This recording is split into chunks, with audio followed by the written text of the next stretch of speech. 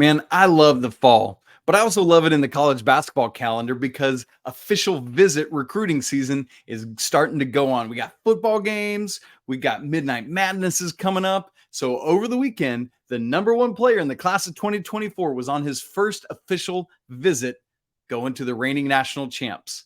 But there was an ironic twist. You are Locked On College Basketball, part of the Locked On Podcast Network. Your team every day. Hey, what's up? Welcome into the Locked On College Basketball Podcast, the only daily national college hoop show out there. I'm your host today, Isaac Shade, and I know on a Monday I'd usually be joined by Andy Patton, my co-host, but Andy's birthday was this weekend, and so he's off celebrating. We'll be together later in the week to give you one of our full-length conference preview shows. Make sure to stay tuned for that. Today's episode is brought to you by LinkedIn. These days, every new potential hire can feel like a high-stakes wager for your small business. That's why LinkedIn Jobs helps find the right people for your team faster and for free. Post your job for free right now at linkedin.com/lockedoncollege. Terms and conditions apply. Today, we keep on going in our conference preview series where we're previewing every single D1 college basketball conference. Yes, all 32 of them. High major, mid-major, low major, it don't matter. They're getting a preview. We're going to have full 30-minute shows for the Power 6 conferences, along with the West Coast, A10, AAC, and Mountain West. And today, we're getting into the Big South. We're going to hit that in just a little bit coming up. But first, a few recruiting things. By the way, you got to know that 6 weeks from today, from Monday, September 25th, 6 weeks from today is kickoff of college basketball. Can you believe it? 6 short weeks. That's all it is. 6 times 7, 42 more sleeps until we have college basketball games. I hope you're as excited as I am.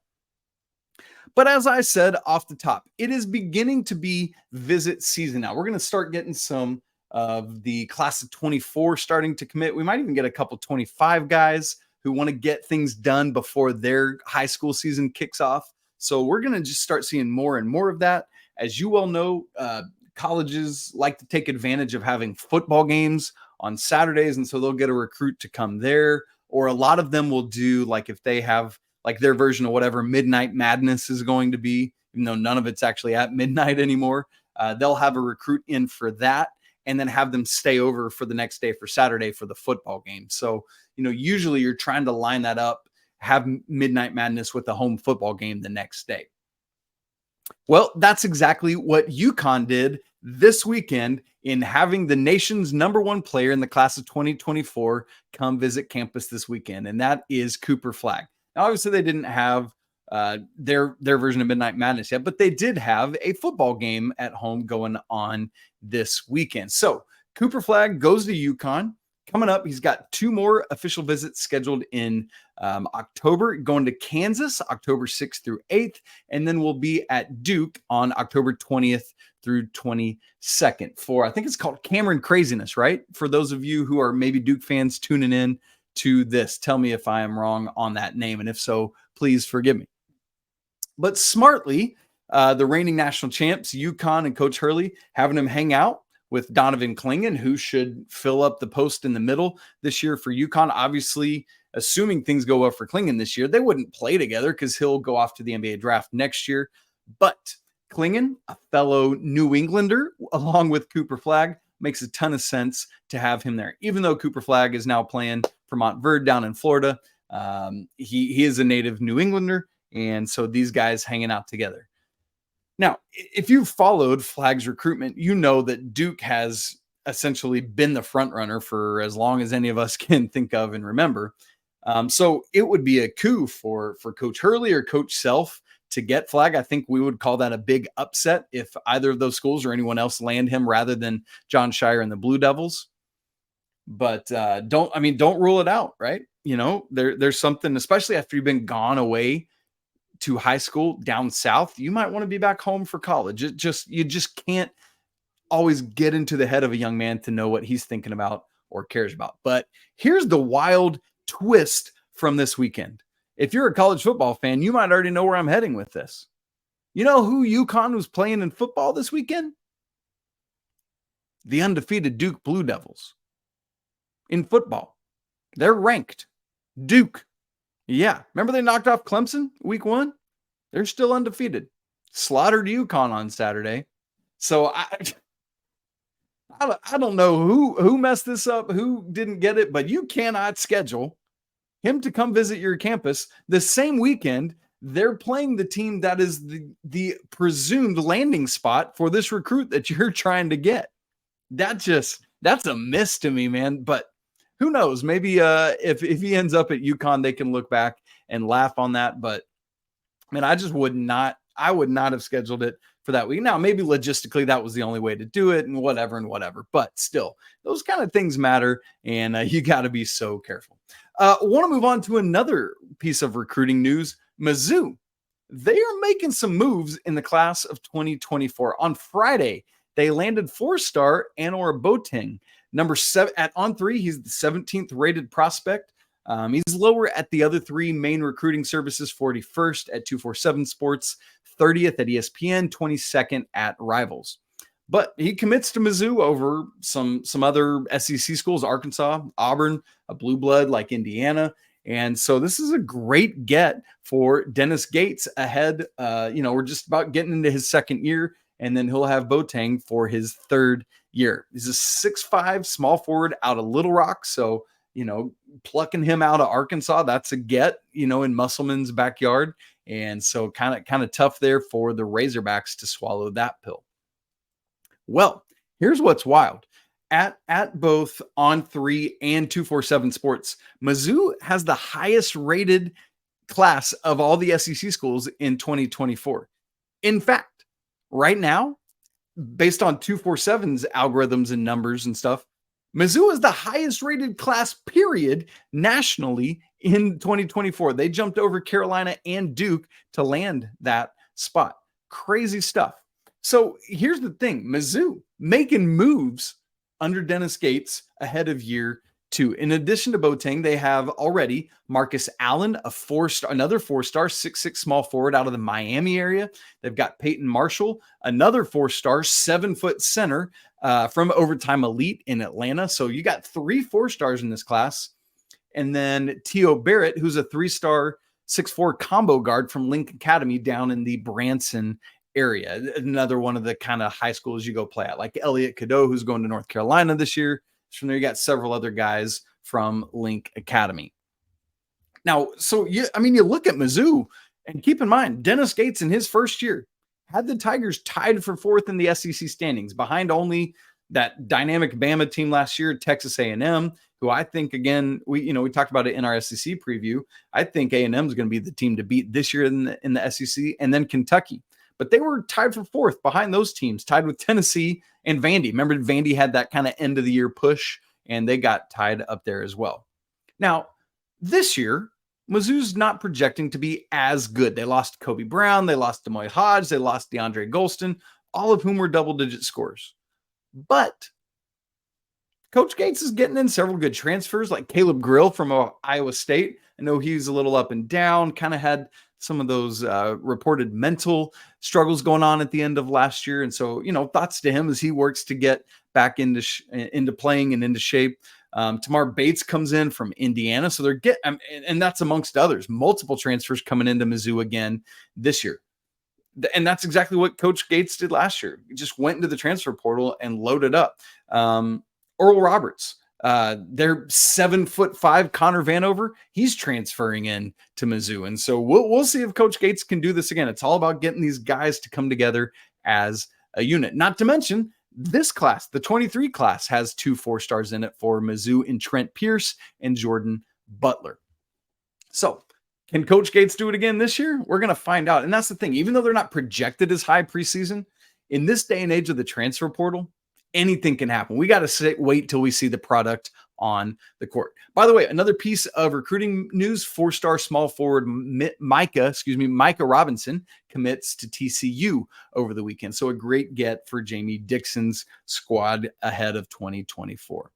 Well, we're going to get to that Big South preview, and a reigning conference player of the year and defensive player of the year coming back and it's the same dude. Can't wait to talk about the Big South, and we'll do that in just a second.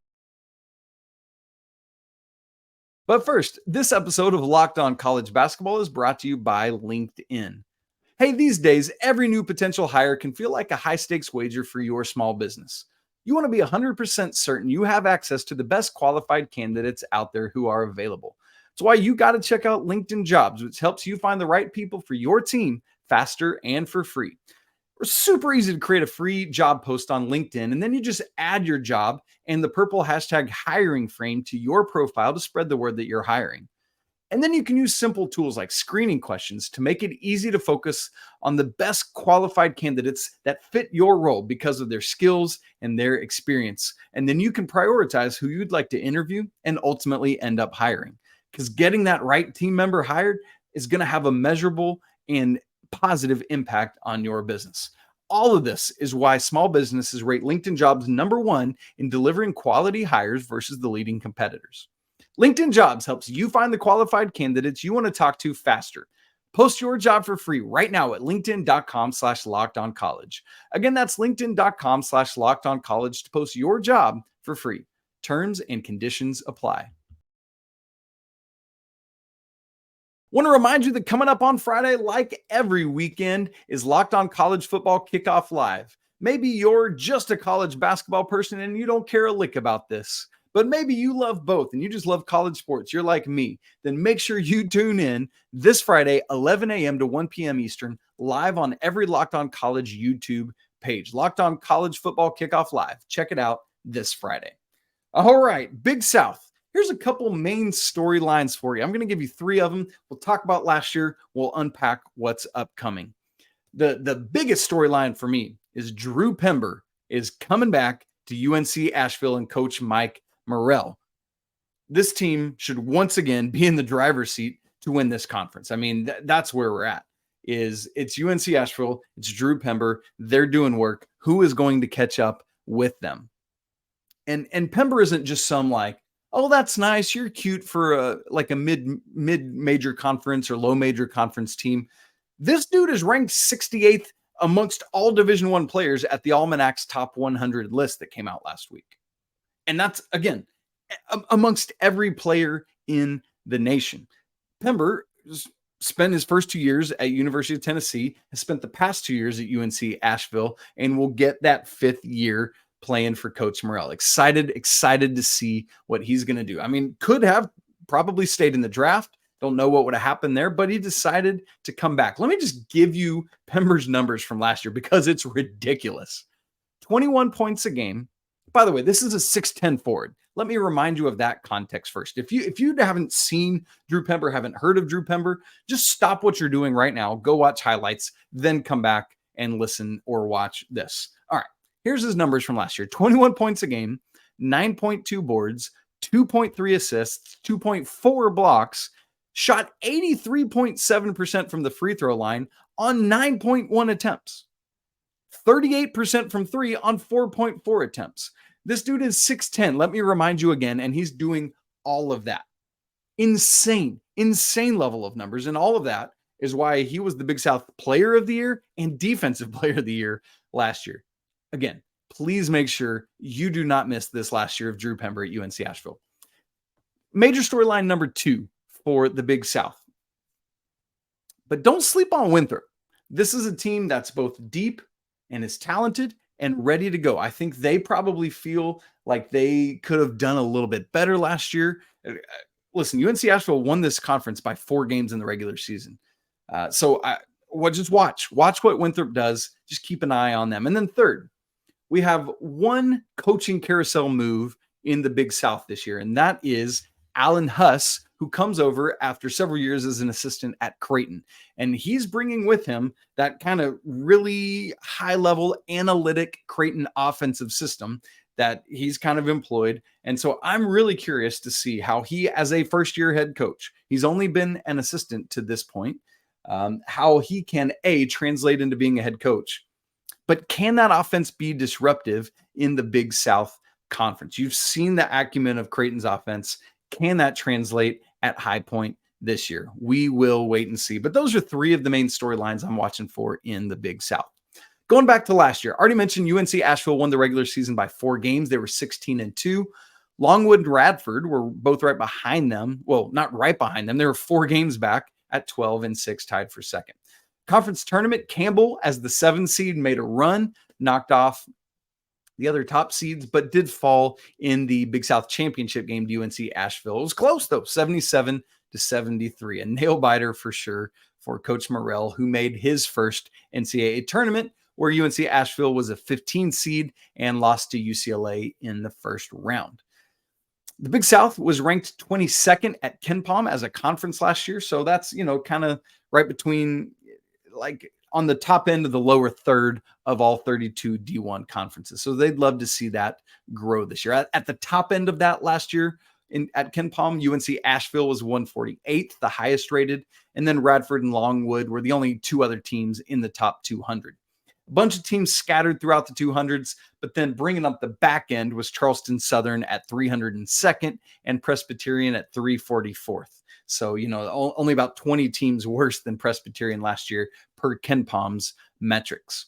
And early spoiler alert, I don't think either of those teams are going to be able to do much this year either.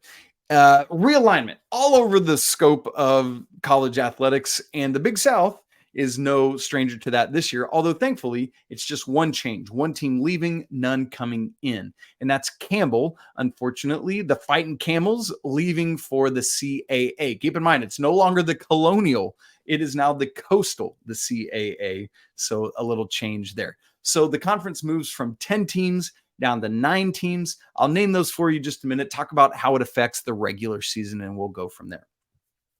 In terms of coaching, already mentioned, again, Alan Huss, the only coaching turnover, had been at Creighton since 2017 as an assistant, and before that at New Mexico.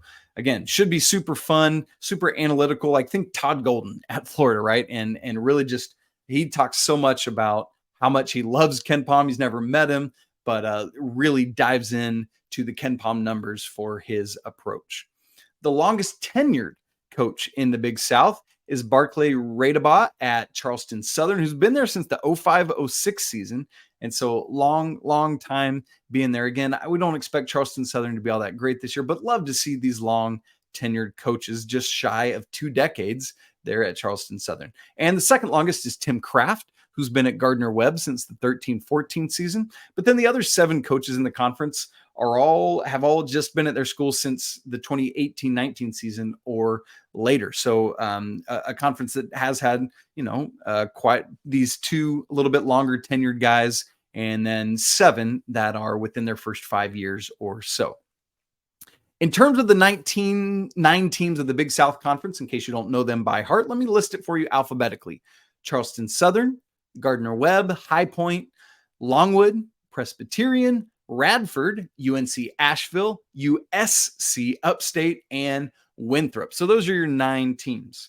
If I'm looking ahead to this year, putting them into tiers, let me do a top, a middle, and a bottom. I'd love to go 3, 3, and 3, but as I see it, it seems to break up 4, 2, and 3 for me. I'll start at the bottom and, like Drake, work my way up to the top, and now I'm here. At the bottom, I already mentioned Charleston Southern and Presbyterian. I'm going to, unfortunately, put High Point in with them this year. When you have coaching turnover like this, especially instituting a new system, sometimes it just takes a little bit of time to get your coaching legs under you, to get this new system in. And so hopefully High Point can get it going quickly. But at least for this year, we're going to take a wait and see approach. As for the middle tier, I have 2 teams in there, both Gardner-Webb and USC Upstate.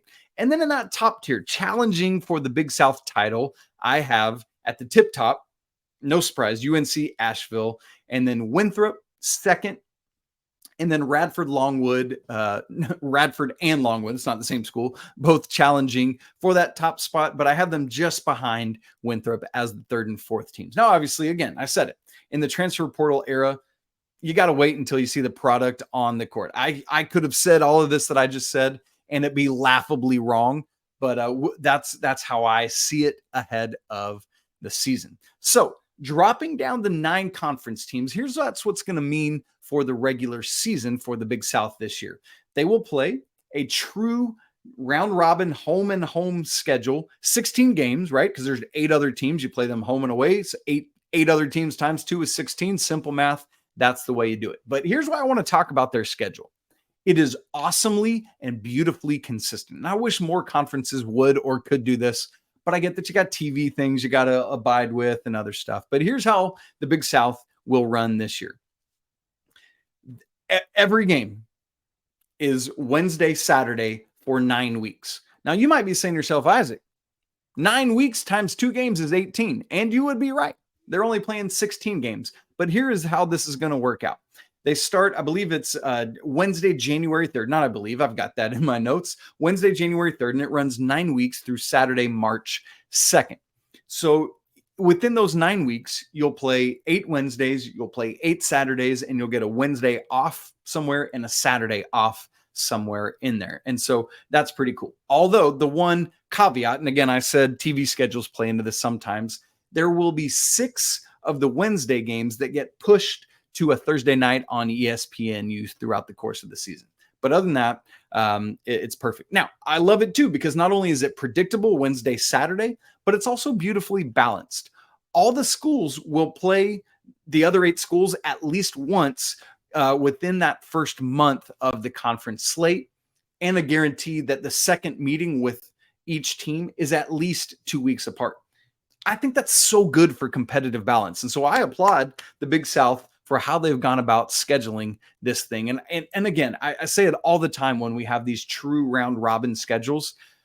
I believe so much more in the regular season showing us who the best team is, all the more so when we get this true balance of the regular season schedule. Big South, good on. Thanks for making our lives awesome. Well, we want to wrap the show with the Big South awards and predictions. We'll have that coming up for you in just a second. But first, I need to tell you that this episode of Locked On College Basketball is brought to you by Athletic Brewing. Now it's time for your Game Changer of the Week, brought to you by Athletic Brewing Company. Much like we got to go college football because there's not college basketball action, much like Ohio State was able to just get that last touchdown across against Notre Dame on Saturday night, Athletic Brewing has completely changed the non-alcoholic beer game. They make non-alcoholic beers that actually taste good, full flavor and well-crafted, just like a full-strength beer. You can find Athletic Brewing Company's non-alcoholic brews at a store near you or buy them online at athleticbrewing.com. First-time customers can use code LOCKEDON to get 15% off that first online order.